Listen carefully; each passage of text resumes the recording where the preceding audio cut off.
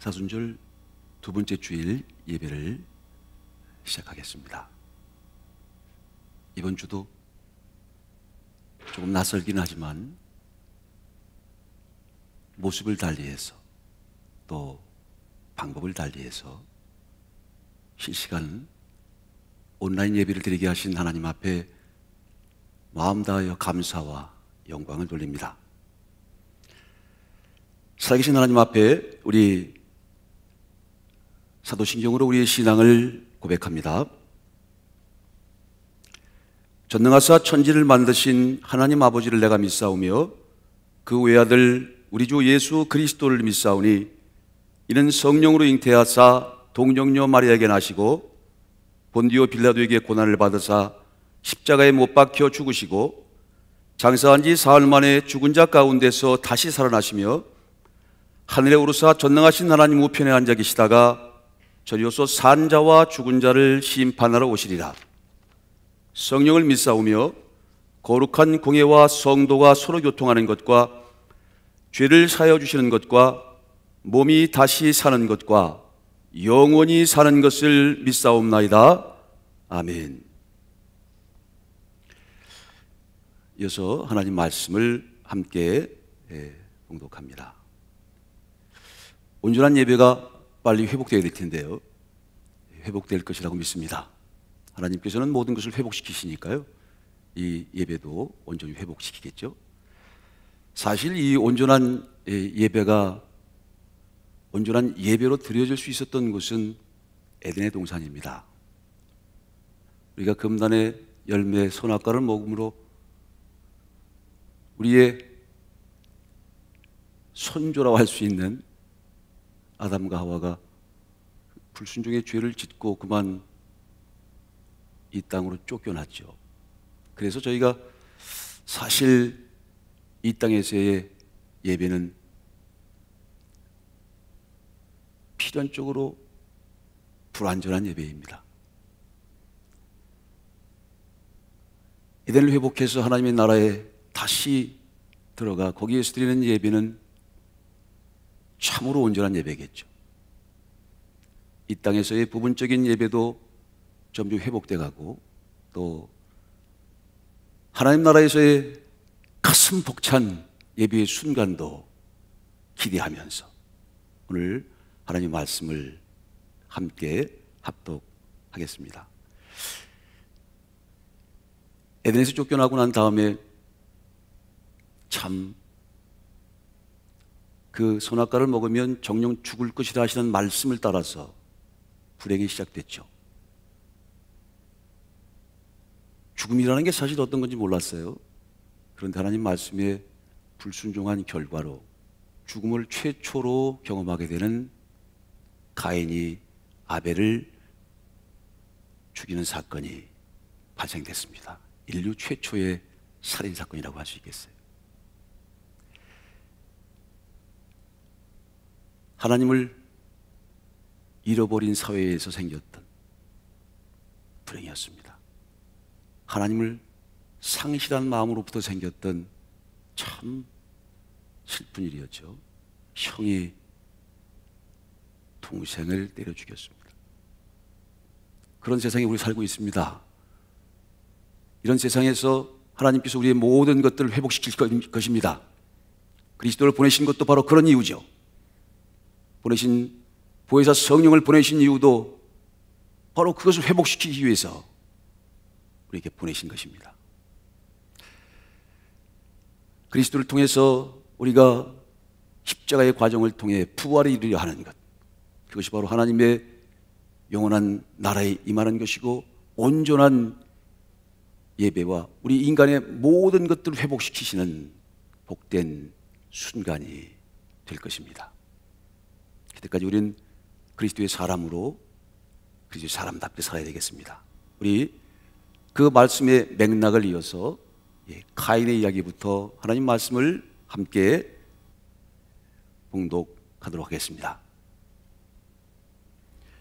가인이 그의 아우 아벨에게 말하고 그들이 들에 있을 때에 가인이 그의 아우 아벨을 쳐 죽이니라. 여호와께서 그에게 이르시되 그렇지 아니하다. 가인을 죽이는 자는 벌을 7배나 받으리라 하시고 가인에게 표를 주사 그를 만나는 모든 사람에게서 죽임을 면하게 하시니라.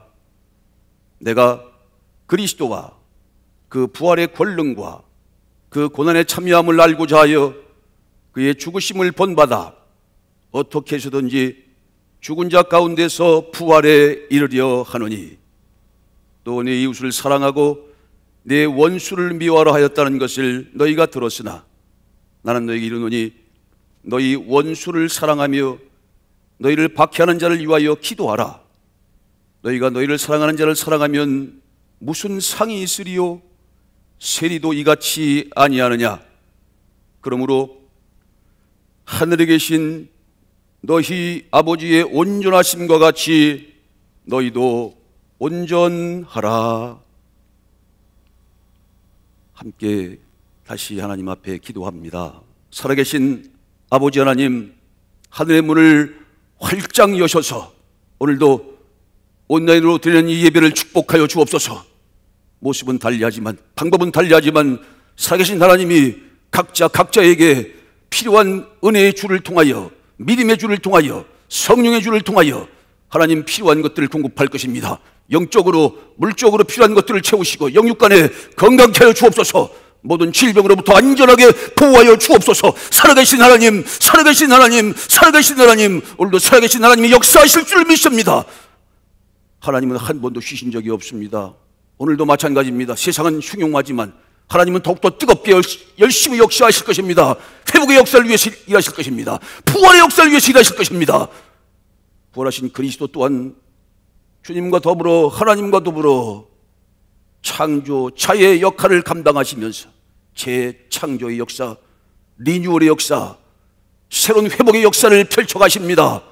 보혜사 성령 역사하셔서 또한 우리를 안전하게 보호하시며 지도하시며 인도하시며 이끌어가실 것입니다. 살아계신 아버지 하나님, 오늘도 살아계심을 체험케 하여 주옵소서. 답답한 현실의 삶 속에 새로운 생명의 길을 여시고 새로운 생명의 능력을 베푸시며 하나님 살아계심을 다시 한번 체험할 수 있게 해 주옵소서. 어찌하여 가인의 제사는 받지 않으시고 아벨의 제사를 받으심으로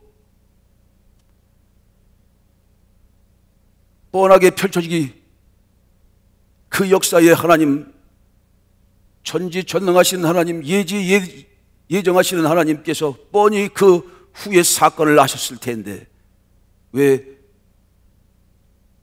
가인의 제사는 받지 않으셔서 아벨의 제사만 받으신 후에 그런 참 슬픈 불행한 일들을 만들어내는지 저희들은 그 뜻을 전부 알 수 없습니다.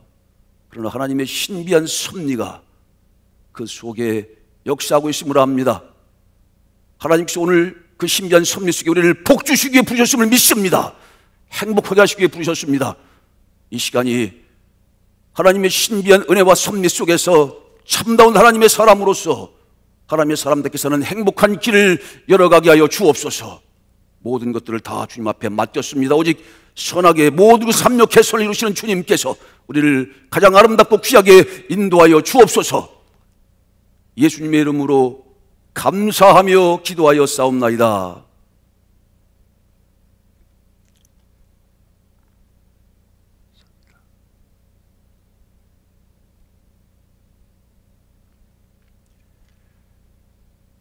과천소망교회 오시면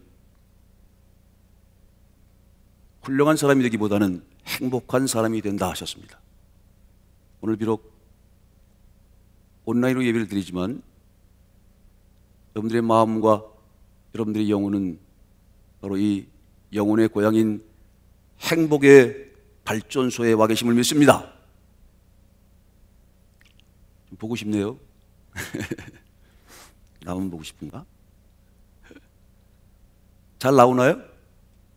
소리가 조금 작다고 말씀드렸는데 제가 이렇게 여러 가지 노력을 해봤는데도 하여튼 최선을 다해서 소리도 하나님께서 증폭시켜 주실 것이라고 믿고 반갑습니다. 115-323호 그 딴짓하지 마시고 다 아세요. 다 보세요, 지금. 우리는 행복한 사람입니다. 이렇게 온라인 예배를 드릴 때에도 행복자라고 하는 마음을 가지셔야 돼요. 이스라엘 너는 행복한 사람이로다. 이스라엘 광야 40년 길을 주님께서 참 힘들게 끌고 다니셨는데요, 주님께서 독수리 날개로 펴셔서 그들을 이끌어 가시면서 물론 얼마나 고통이 많았겠습니까? 그 200만이나 되는 수없이 많은 이스라엘 백성들이 먹는 거 마시는 거 좀 불편했겠어요. 아마 우리보다 몇십 배 불편했을 거예요. 전염병은 얼마나 많았겠습니까? 또 얼마나 많은 먹을 걱정, 잘 걱정, 아이고 또 끊임없이 분쟁이 생기고 상상도 못하죠. 그런데 이렇게 말씀하십니다. 이스라엘이여 너희는 행복한 사람이로다. 주님과 함께 목적지를 향해서 가고 주님과 함께 동행하는 삶은 행복한 사람입니다. 죽을 만큼 사랑하는 사람이 있는 사람 행복한 사람이죠. 죽을 만큼 사랑하는 일이 있는 사람은 행복한 사람입니다. 목숨을 걸 만한 일들이 있는 사람들 행복한 사람이죠. 갈 곳이 있고 죽을 만큼 사랑하는 사람들이 있고, 비록 우리가 그립다는 게 뭡니까? 사랑하기 때문에 그린 거죠. 전혀 상관없는 사람이 그리워요. 보고 싶겠어요. 그게 바로 이렇게 몇 주 예배를 딱 2주인데 왜 이렇게 길어요 이렇게. 그냥 너무 길어. 너무 길어. 나 혼자 살려니까 정말 힘드네 이거. 참, 그래도 우리 속에 주시는 평안과 또 샘솟는 저 밑바닥으로, 이 세상의 사람들은 참으로 불안 가운데 있지만 우리는 참 뭔지 모르게 저 속에서부터 흘러나오는 샘솟는 기쁨과 감사와 평안과 생명이 있으니 참 감사하죠. 참 행복합니다. 주님이 함께 하신다는 것 가장 큰 행복입니다. 종교 철학자 파스칼이 사람을 세 부류로 나눈다 그랬습니다. 행복한 사람, 불행한 사람, 불쌍한 사람. 행복한 사람은 하나님을 믿는 사람들이죠. 하나님이 보내신 아들을 믿는 사람입니다. 아들이 보내시는 예수 그리스도를 믿는 믿음으로 말미암는 약속을 믿는 자들이죠. 할렐루야. 이건 행복자입니까?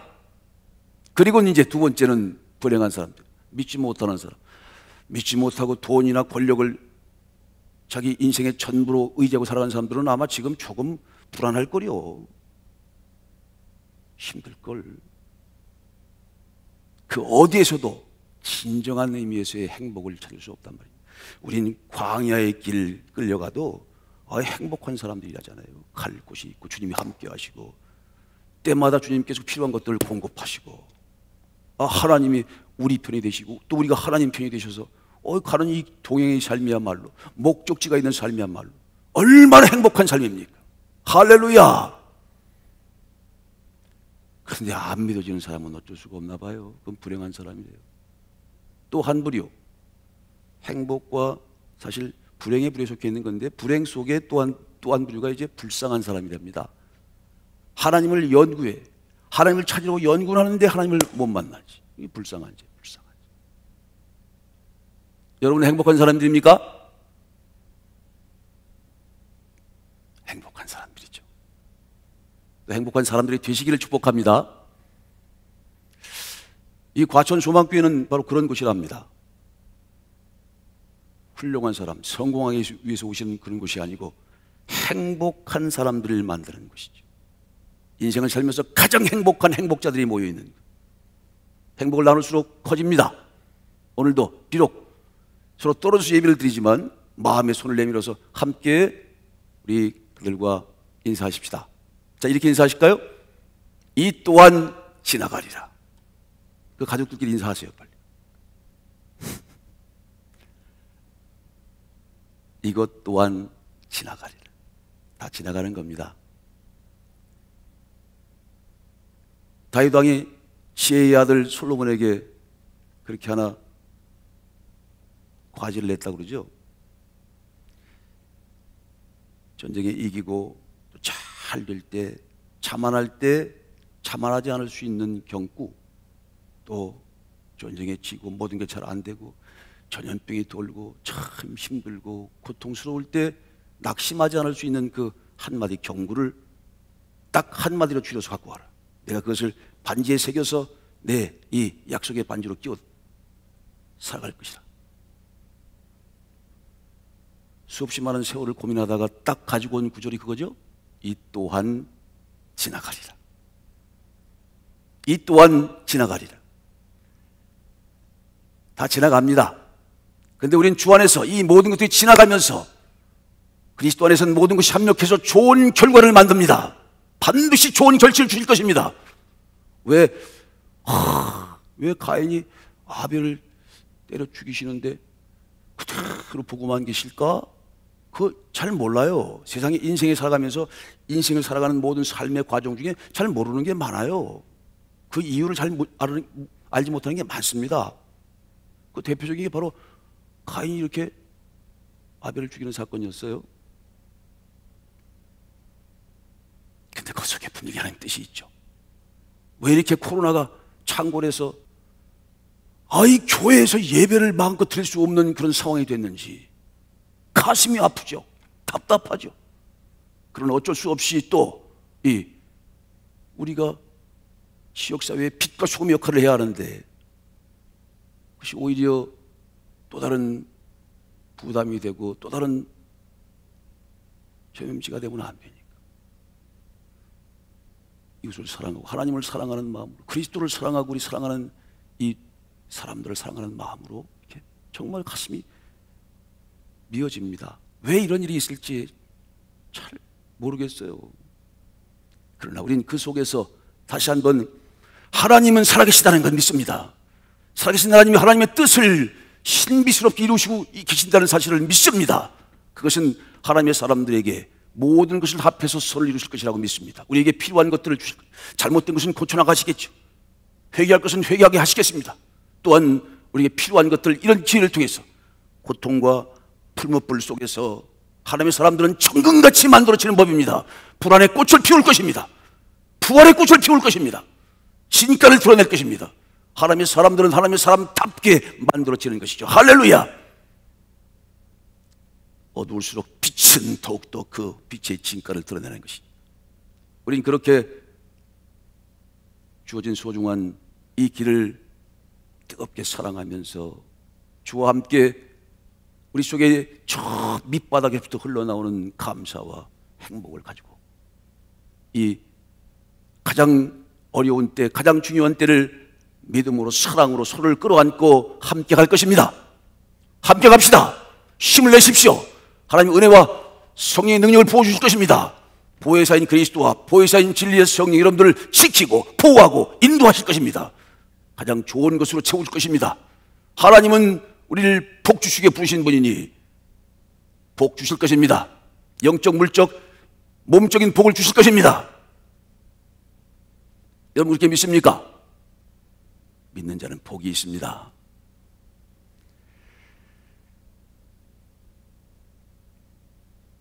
가인과 아벨이 살던 사회, 그것이 수천 년을 이어서 지금 이 대한민국 경기도 과천에 이런 사회로 이어져 왔죠. 이름하면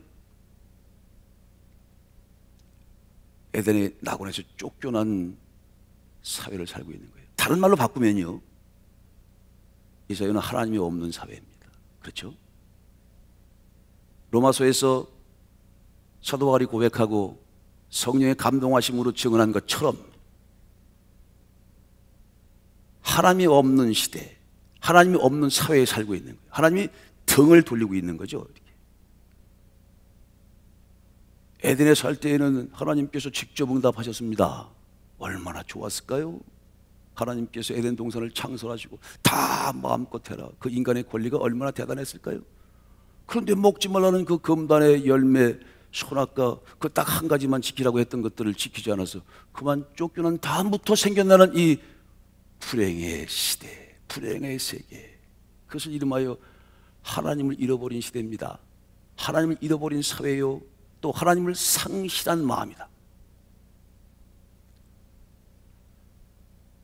사도 바울의 고백처럼 그의 증언대로 하나님이 없어요. 하나님을 상실했습니다. 그랬더니 그 상실한 마음으로부터 나오는 것이 뭐냐? 탐욕, 시기, 질투, 분쟁, 사기, 이단, 수근수근, 원망, 무정과, 사랑 없음, 무자비, 그리고 살인, 이런 것들이 상실한 마음 가운데에서 스물스물 나온다는 거예요. 그렇죠? 그 모든 나쁜 악한 것은 말로 표현되지만 실은 마음에서 나오는 거죠. 그 모든 악독한 것은 다 마음에서 나온 거 아닙니까? 그 마음이 하나님이 계시고 하나님의 약속의 말씀이 있고 하나님의 사랑이 있을 때에는 그렇지 않았는데 쫓겨난 다음부터 그 마음이 상실한 마음이 되어버렸어요. 상실한 마음. 잃어버렸단 말이에요. 상실. 아이고 아이고 사망했단 말입니다. 상실. 죽어 없어져 버렸어. 하나님이 죽었어요. 어떤 신학자의 말처럼 하나님은 죽었다 하시는 그 니체라고 하는 신학자의 표현을 들리지 않더라도 사실 실질적으로 이 천하 만물의 모든 만물 가운데 하나님의 신성이 가득해서 부인할 수 없음에도 불구하고 오히려 하나님을 부인하고 우상에다 절을 합니다. 세상의 권력에다 절을 합니다. 세상에 아주 나쁜 것들에 다 마음을 주어요. 상실한 마음. 그것이 나오는 것은 끊임없이 탐욕과 시기와 분쟁과 분노와 다툼과 분노와 살인. 그래서 거기서부터 가인이 아벨을 때려 죽인 거죠. 동생인데 최초의 살인 사건이 이 상실한 마음부터 생긴 거 아닙니까? 무서운 거죠. 여러분들 상실한 마음이 오늘 예수 그리스도의 십자가와 부활 그 능력으로 회복되시길 축복합니다. 그 회복이 우리 가슴 속에 상실된 마음이 회복되는 것이야말로 진정한 회복입니다. 그리고 하나님의 나라가 더불어서 회복될 것이죠. 할렐루야. 참 무섭죠? 그래서 이 상실한 마음은 모든 사람들이 이렇게 토로합니다. 에이, 어차피 인생 죽을 건데 뭐 인생 어차피 죽음으로 끝나는 건데 뭐 그렇게 노세 젊어서 노세 늙어서 노세 그러는 거지. 또 그 어차피 죽을 것이라고 하는 죽음의 굴레에 탁 갇혀서 아무것도 못해. 꼼짝달싹 못해. 죄의 종노릇하고 죽음의 종노릇해. 그래서 그냥 안전하게만 그냥 살다가 가는 거지. 죽음 앞에 서면 다 초라해지죠. 나라의 한 대통령부터 재벌부터 지식의 IQ를 200이나 갖고 있는 수십 개의 박사학위를 갖고 있는 사람들도 다 똑같아. 어차피 뭐 죽음으로 끝나는 인생인데 인생의 종착점이 죽음이다 라고 하는 것으로 끝난다면 그것을 그렇게 받아들이는 사람한테는 그 인생에 진정한 행복이 없단 말입니다. 어차피 죽을 건데 뭐 방탕하고 방황하는 거죠. 그 한계를 넘어설 수가 없어요. 그래서 그런 한계 속에 있는 사람들이 상실한 마음 속에서 쏟아져 나오는 것이 바로 시기, 질투, 분쟁, 사기, 원망과 불평과 그리고 살인과 사기, 이단, 술수 이런 것들이 펼쳐진다는 거예요. 그게 다입니다. 그들이 그 마음속에 인생은 죽음으로 끝나는 것이니까 그 이상을 생각을 못하기 때문에 그러는 거예요. 정확하게 표현하면 그들은 부활을 믿지 못하기 때문입니다. 왜 인생이 죽음으로 끝납니까? 죽음으로부터 시작해서 새로운 또 다른 세상이 있고 새로운 또 다른 삶이 있는 것인데 그게 바로 부활의 진리가 아닙니까? 예수 그리스도의 십자가와 부활이 역사되면 바로 회복된다는 것은 바로 상실한 마음이 회복된다는 것은 그런 거예요. 이게 인생이 이렇게 끝나는 게 아니지. 이렇게 끝나는 게 인생이 아니지. 잠깐 영원한 하나님의 그 새로운 세상을 살아가기 위한 이 인생은 잠깐 준비하는 생활이 자세가 달라지는 거예요. 어디 거기서 불평과 불만과 그리고 시기와 질투와 살인과 수군승과 분노가 퍼져나옵니까? 그 속에 예수 그리스도의 십자가와 부활의 능력이 역사하기 시작하면 그것이 회복되는 것이죠. 상실한 마음이 하나님을 모시는, 하나님을 사랑하는 마음으로 바뀐단 말입니다. 그리고 생겨나는 것이 사랑과 감사와 기쁨과 실학과 온유와 절제가 스물 만들어지는 것이죠. 전혀 다른 양상이 생기는 거예요. 그러니 그런 사람들과 하나님을 상실한 사람들의 삶은 전혀 다른 것이죠. 가인이 하나님을 상실했어. 그렇죠? 하나님이 어디 있어? 그리고는 동생을 때려 죽이는 거예요. 살인, 무시무시한 거죠. 자기를 죽이는 사람도 있습니다. 에이, 인생 이렇게 살다 가는 거지 뭐. 스스로 포기해서 스스로 목숨을 끊는 사람도 있어요. 부활을 믿지 못해서 그렇습니다. 여러분, 하나님을 믿게 되시는 행복자가 되시길 축복합니다. 하나님의 아들 예수 그리스도를 믿음으로 받아들이길 축복합니다. 그냥 믿음으로 받아들이면 됩니다. 다른 거 복잡한 거 필요 없습니다. 이렇게 말씀하실 때 이 말씀을 받아들이면 됩니다. 받아들이면 삽니다. 그 아들이 우리를 대신하여 죽으셨다가 다시 우리를 영원한 참다운 행복자가 되게끔 하기 위해서, 참다운 인생의 가치를 갈고 살아갈 수 있게끔 하시기 위해서 다시 부활하셨음을 받아들이십시오. 그러면 그는 상실한 마음으로부터 회복됩니다. 상실한 마음으로부터 나오는 것들은 참 생각조차도 하기 싫은 것들이,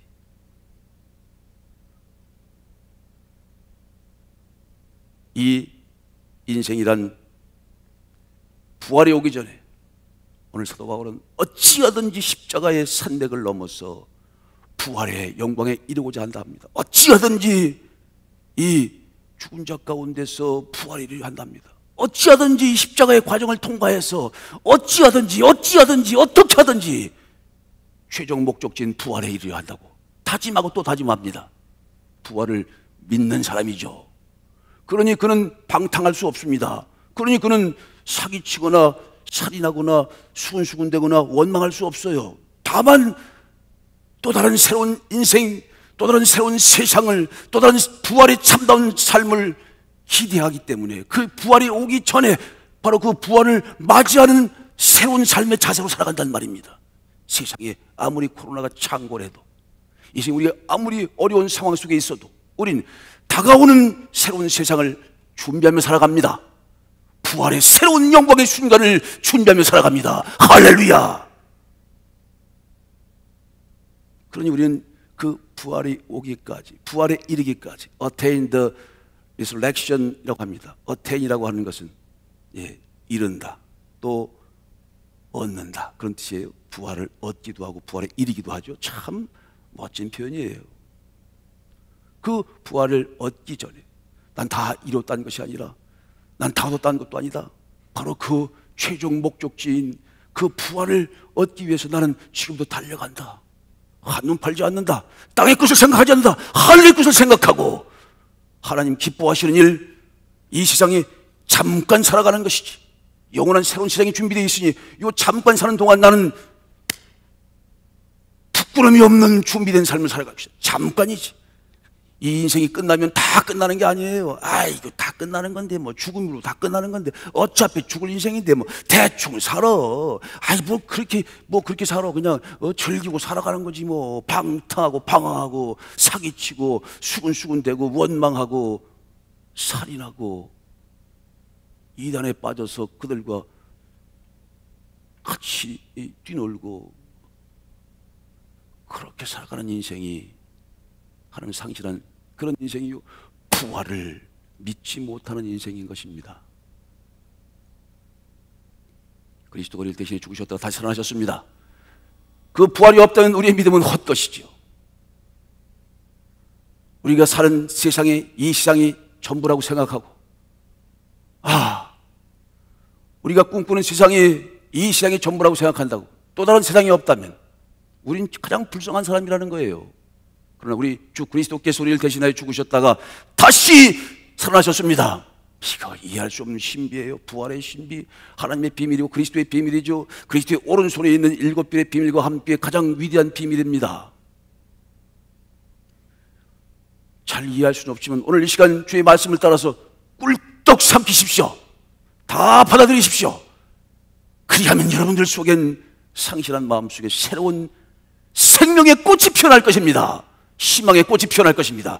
아무리 어두워도 이 어두운 세상과는 상관없이 우리 가슴 속에서 뜨거운 생명과 기운이 다시 살아난단 말입니다. 그런 축복이 함께 하시길 축원합니다. 부활이 없다는 우리의 믿음은 헛것이고 우리가 바라는 것이 이 세상뿐이면 우리는 가장 불쌍한 자고 불행한 자겠으나 우리는 행복한 자로다. 우리를 대신하여 죽으셨던 그리스도께서 다시 살아나심으로 오늘도 부활의 주님이 하나님과 함께 말씀으로 이 자리에 우리를 찾아오셨으니 우린 환난 가운데 있고 고난 가운데 있지만 감사하도다, 찬송하도다. 아멘, 할렐루야. 주의 영광과 축복이 함께 하시기를 축원합니다. 그런 부활의 권능을 깨닫는 것, 그래서 사도 바울은 그 부활의 권능을 깨닫고 부활한 주님을 직접 만났으니 그 놀라운 하나님의 능력과 사랑, 그 속에 담겨 있는 하나님의 크신 은혜와 그 사랑의 본체를 뜨겁게 깨닫고 어찌하든지 이 세상이 끝이 아니구나, 이 세상이 이 죽음으로 끝나는 게 이 세상의 인생의 끝이 아니구나, 쫓겨났던 에덴을 다시 회복해주는 새로운 생명의 길이 있구나, 새로운 세상이 있구나, 새하늘과 새 땅을 약속하셨구나. 우린 바로 그 새하늘과 새 땅, 하나님의 나라, 그리고 부활에 이르기 전에 잠깐 이 세상을 사는 것이구나. 그러니 우리는 후회 없이 살아야 돼. 그 영광을 보고 살아가는 사람들이 그 영광이 이미 우리 속에, 이 현실의 삶 속에, 이 참으로 어두운 세상 속에 살아가는 삶의 한복판에 이미 와 있으니 우리는 다른 가치관을 가지고, 다른 목적을 가지고, 다른 방식으로 살아가야겠구나. 그것이야말로 사도 바울이 고백하는 겁니다. 부활을 믿는 사람들이 살아가는 삶의 방법입니다.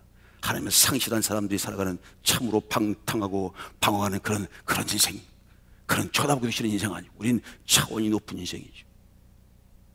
그리고 여러분, 이 우리에게 주어진 저의 천사는 우리에게 상급을 주실 수 있는 기회라는 사실도 알아야 돼요. 이게 하나님의 그 영원한 영광의 나라에 들어가기 전에 우리에게 주시는 상급을 쌓을 수 있는 기회라네. 그렇죠? 이게 얼마나 다릅니까? 우리에게 주어진 무언가를, 이 거룩한 생명의 공동체, 이 귀한 십자가와 부활의 역사를 같이 나누고 세우고 그리고 함께 주의 사람들을 만들어가는 이 일에 동참하게 하는 것도 이게 영적이든지 물적이든지 이게 상을 주시기 위함이래요. 할렐루야. 우리에게 잠깐의 기회를 주시는데 이게 너에게 상을 주시는 기회라는 사실을 또한 아셔야 합니다. 인생이 잠깐이죠, 그렇죠? 저도 이렇게 잠깐, 아직은 젊죠? 대답을 안 하시네. 근데 세월이 이렇게 빨라요, 그렇죠? 종말이 있습니다.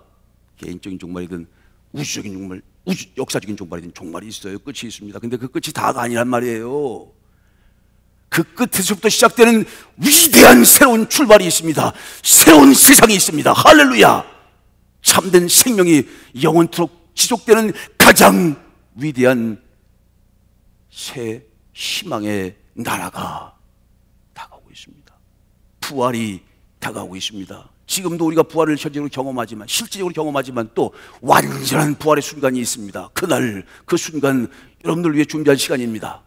그날까지 우리는 가고 있는 거예요. 자세가 다르죠. 세상에 이제 이거 때가 가까운 이때에 살아가는 하나님의 사람들의 삶의 자세와 방법이 다른 겁니다. 251년에 로마에 전염병이 확 돌았다고 그러죠. 이 로마가 군사력이 대단했습니다. 그래서 가는 곳마다 다 정복했는데요. 로마가 패한 순간이 있었어요. 그게 그 전염병이 돌 때 그랬대. 그게 외부의 적이 아니라 내부의 그 병균이라고 하는 적이, 병연군이 그 로마의 그 막강한 군사력을 그냥 한 번에 전부 멸절시켰다는 거예요. 무섭죠, 그게. 전염병 기독교가 얼마나 무섭습니까? 그 괴질이 얼마나 무서워. 한번 그래서 엄청난 시련을 받고 251년 데시우스 황제 때 이 로마의 황제 중 또 기독교를 가장 핍박하던 순간이었대요. 그 순간이. 그때 또 그런 이름벌 역병이 돈 거예요. 괴질이 전염병이 돌아가지고요. 사람들이 뭐 로마인들뿐 아니라 이방인들뿐 아니라 다 모든 사람들이 다 수백만이 그냥 꼼짝 못하고 하루가 지나면 수십만, 또 하루가 지나면 수십만씩 그냥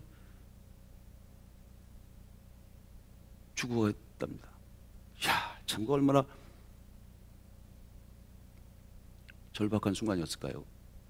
거기 뭐 로마 군인, 황제 비롯해서 귀족들 상관없이. 근데 시체는 자꾸 쌓이는데, 전염병이니까 누가 가서 그 시체를 만지지도 못하죠. 만지면 그대로 전염되니까. 그 점점 집으로 숨어들다가 이제 돈이나 좀 있는 사람들은 그 로마 도시를 피해 도망 나가기 시작했어요. 점점 더 피해가 되고, 점점 더 시체는 쌓이고. 그 치울 수도 없으니까 자꾸 이 거리에 그냥 시체가 쌓이는 거예요. 이런 식으로 가면 그 도시 자체는 임금과 함께 다 사라지고 없을 수밖에 없는 순간인데, 어느 순간에 어느 날 보니까 어스름하게 어둑해졌는데 검은 옷을 입은 사람들이 어디선가 이렇게 나타나더니 그 시체들을 하나씩 둘씩 치우더래요.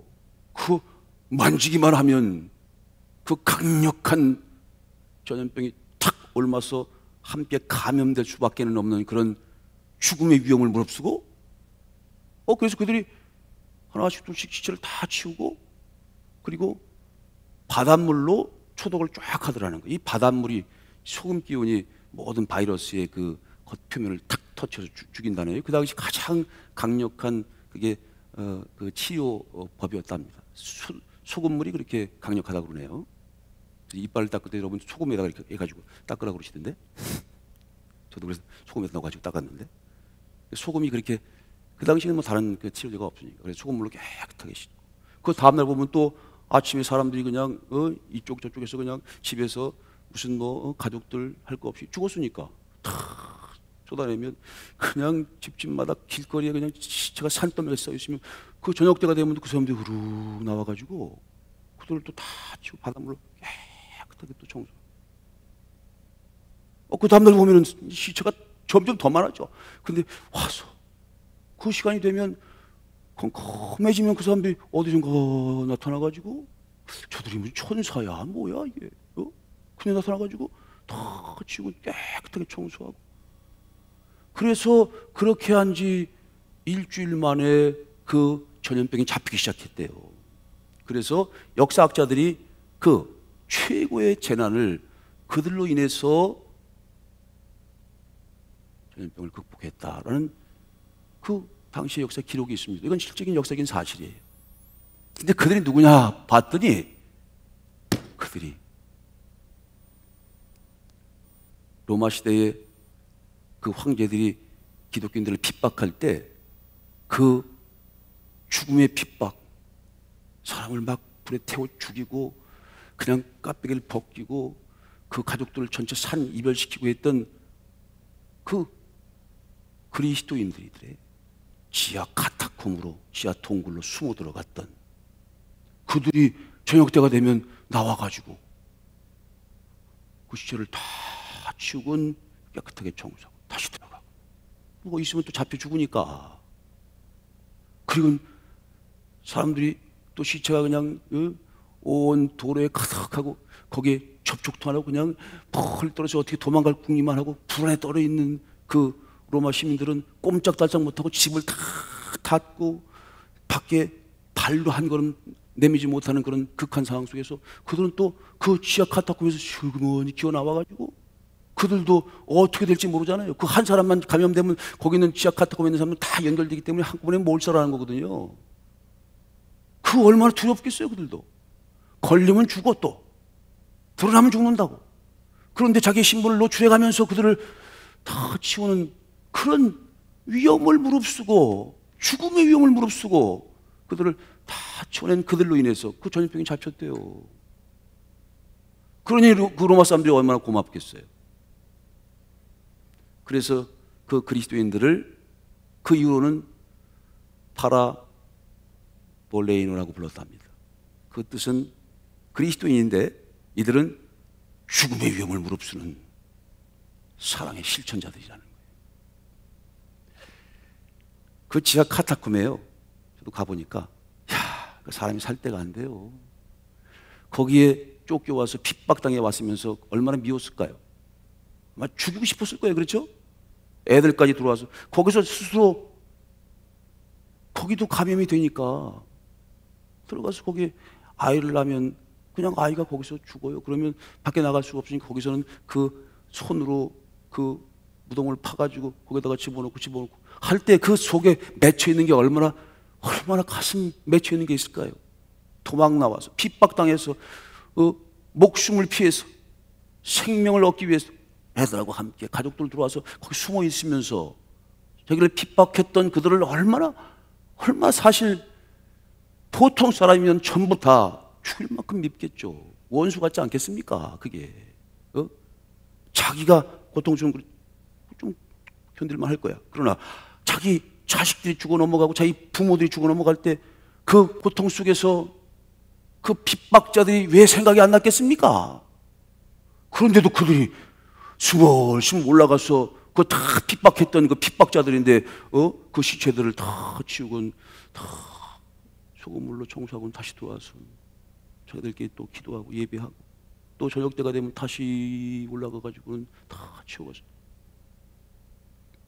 그들도 왜 두렵지 않았겠어요? 그때 키프리안이라고 하는 그 종교 지도자가 있었답니다. 위대한 설교가인데 그가 이런 설교를 했다고 그래요. 오늘 마태복음 5장 43절부터의 본문으로 설교를 했답니다. 너희가 하나님의 자녀가 아니냐? 그리스도 우리를 대신해 죽으셨다 살아나셨지 않았느냐? 우리는 부활을 믿지 않느냐? 죽음을 겁내면 되겠느냐? 죽음이 끝이 아닌데 죽음 이후에 새로운 세상이 있는 것인데 유일하게 죽음을 극복할 수 있는 그리스도인이 아니냐? 너희 중에 너희 형제만을 사랑한다면 내가 너한테 잘하는 사람들 너를 사랑해주는 그 사람들만 사랑한다면 그건 누가 못하겠느냐? 그 죄인의 괴수인 저 세금 고리대공업자도 그렇게 한다. 너희는 하나님의 자녀가 아니냐? 너희는 그리스도의 부활을 믿는 자들이 아니냐? 달라야 되지 않겠느냐? 그리스도의 참된 사랑을 실천해야 되지 않겠느냐? 그 울림 있는 설교를 듣고 그들이 그날부터 나오기 시작했다는 거예요. 저희가 지금 과천에 있는 문운동을 청소하고 있습니다. 저희도 파라볼레인으로 가는 그런 그리스도인의 또 다른 별칭을 가슴에 새기고 합니다. 그거 뭐 쉽지 않은 일이죠. 그래도 함께 나서서 마을을 청소하고 또 이렇게 어려울 때 함께 마음을 모아서 어려운 데 있는 사람들을 보살핍니다.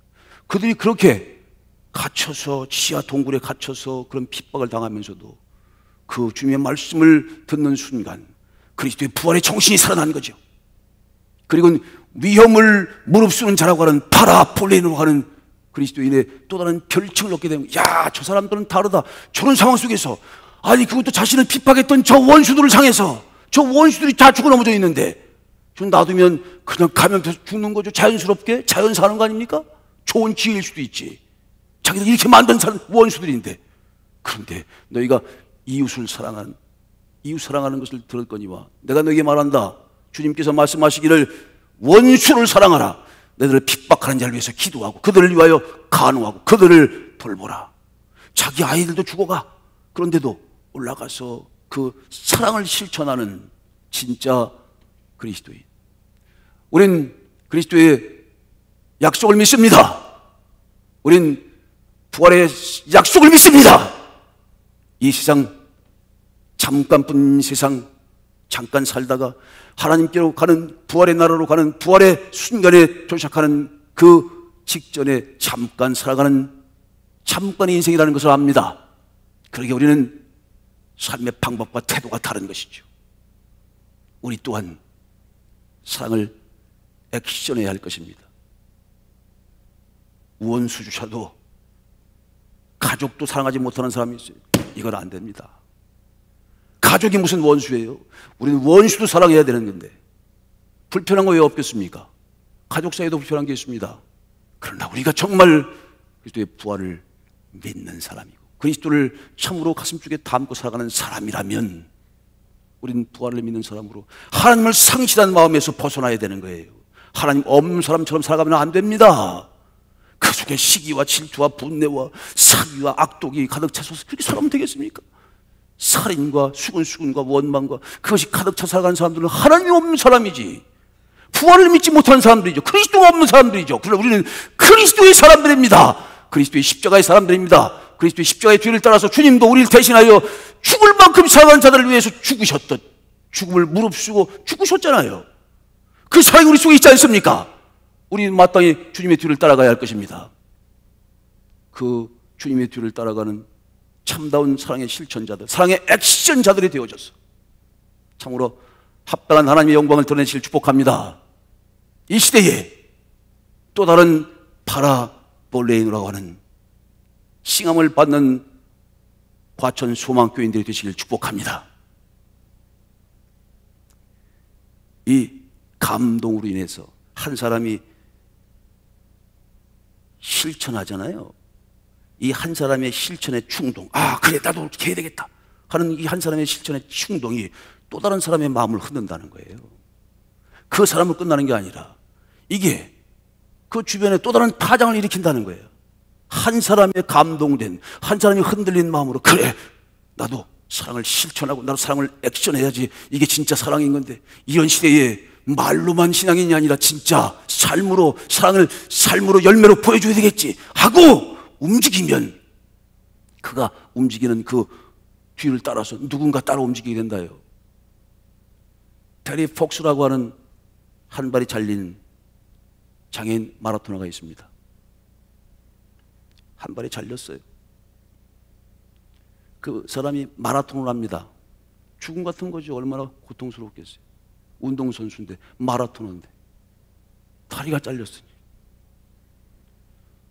수술하기 전날 딕 트라움이라고 하는 한 발을 가지고 마라톤을 완주했던 한 사람의 기사를 읽습니다. 그리고 수술이 끝나고 수없이 많은 방황 속에서 하나님께 기도하고, 그리고 자신이 할 일을 찾습니다. 하나님의 사람으로서, 그리스도의 사람으로서, 부활을 믿는 사람으로서 그가 암 환자들을 위해서, 고통받는 낙심에 있는 모든 사람들을 위해서 희망의 메이커가 되어야 되겠다 하고 마라톤 완주를 결심합니다. 그리고 암센터에 전화하고 주변에 도움받는 사람들 총회요. 이 한 발로는 걸어갈 수가 없으니까, 걸어가지도 못하니까. 근데 아무도 관심 듣지 않습니다. 그 미친 짓이라고 오히려 의사도 만나고 가족도 말리고 암 그 협회에서도 오히려 말리고 아무 관심 두지 않는데 무려 8,000km를 달리죠. 이 외발이 외발 의족입니다. 그래서 성한 발로 두 발 가고 그 의족으로 한 번 가고, 이게 죽을 만큼 고통스러운 거죠. 그렇게 거의 3분의 2점인 퀘벡시에 왔을 때 우연하게 한 방송 기자가 그걸 취재합니다. 그리고는 정말 거짓말같이 기적이 일어나죠. 그가 한 번 뛰면서 암 환자들을 위해서 기부금을 부탁하고, 그래서 그가 그 미국과 캐나다의 열화 같은 감동적인 송화에 힘입어서 수백억의 암 기금이 마련됐다는 거예요. 지금 카나다의 동전 뒷면에 보면 테리 폭스 초상화가 있답니다. 한 사람의 실천의 충동이 전체를 움직인 거죠. 여러분, 오늘 이 시간 우린 너무 귀가 커져서 귀만, 이 시간 주의 말씀을 그리스도의 십자가와 약속과 부활의 능력을 믿는 사람들, 그리스도를 정말로 믿는 사람들, 부활에 이르기를 간절하게 바라면서 오늘 우리는 십자가의 길을 가야 합니다. 십자가의 사랑을 실천해야 합니다. 한 사람의 실천의 충동이 또 다른 사람의 마음을 흔드는 거죠. 함께 이 거룩한 생명사람의 역사에 영적 마중물과 마중불의 역할을 감당하면서 우린 서로를 그렇게 이 시점에 우리를 서로를 흔들어 깨워서 사랑의 실천, 사랑의 액션을 펼쳐가야 할 것입니다. 두려워 떠는 모든 사람들에게 사랑이 공급되고 그리스도가 공급되며 그들이 한 번도 교회를 나오라 한 적이 없는데 파라볼레이노 저들과 함께 하겠습니다 하고 그들이 서로 마음을 열고 그들과 함께 했다는 거예요. 우리 또한 이 시점에 진정한 이 시대의 파라볼레이노로 참다운 그리스도의 약속의 사람들로 첫째 벌에 이르기 간절하게 바라는 하나님의 약속의 사람들, 그리스도의 참된 진짜 크리스찬으로서 하나님 앞에 진정한 사랑의 실천을, 사랑의 액션을 보여야 할 것입니다. 그런 축복이 함께 하시길 주의 이름으로 축원합니다. 죽을 만큼 사랑하는 사람을 위해서 죽을 만큼 사랑하는 그 열정을 가지고 그런 사랑을 실천하는 사람들은 비록 죽음의 위협을 앞에 두고 있지만 그 죽음의 위협 속에서 찬란하게 빛나는 불안의 꽃을 피우며 부활의 꽃을 피워갈 것입니다. 불안의 꽃을 피우고 부활의 꽃을 피워갈 것입니다. 기도합니다. 하나님 감사합니다. 귀한 시간 참으로 고맙고 감사합니다. 영광 받으시옵소서. 하나님 이 시대에 그리스도인다운 그리스도인이 되게 하여 주옵소서. 그리스도의 십자가와 부활의 역사를 믿습니다. 부활의 약속을 믿습니다. 하나님 그 부활을 믿는 자들답게 살아가게 하여 주옵소서. 하나님을 상실한 마음에서 벗어나게 하시고 우리 속에 뜨거운 사랑과 돌봄과 감사와 행복이 넘치게 하시고 그것이 사랑의 실천으로 이어지게 해 주옵소서. 한 사람의 실천의 충동이 또 다른 사람의 마음을 흔듭니다. 그리하여 하나님 기뻐하시는 아름다운 영적 물적 열매가 만들어지게 하여 주옵소서. 하나님 이 코로나로부터 하나님의 사람들을 지키시고 보호하시며 이 대한민국과 이 과천을 지키시고 보호하시옵소서. 하나님, 하나님의 사람들이 그 속에서 정말 참된 그리스도인이 될 수 있도록 축복하여 주옵소서. 좋은 열매로, 참된 열매로 그 나무에 좋고 나쁨을 보이신다 했으니 사랑의 실천으로, 사랑의 액션으로 진실된 사랑의 열매를 만들어 가게 하여 주옵소서. 지금은 우리 주 예수 그리스도의 크신 은혜와 살아계신 하나님 아버지의 극진하신 사랑하심과 보혜사 진리의 성령님의 인도, 지도, 감동, 감화, 축복하심이 오늘 그리스도의 참 사람으로 참된 사랑의 액션을 감행하며 결단하여 행하고자 다짐하는 이 하나님의 사람들 위해 이 나라 이 민족 위에 이제부터 영원토록 함께 계실지어다.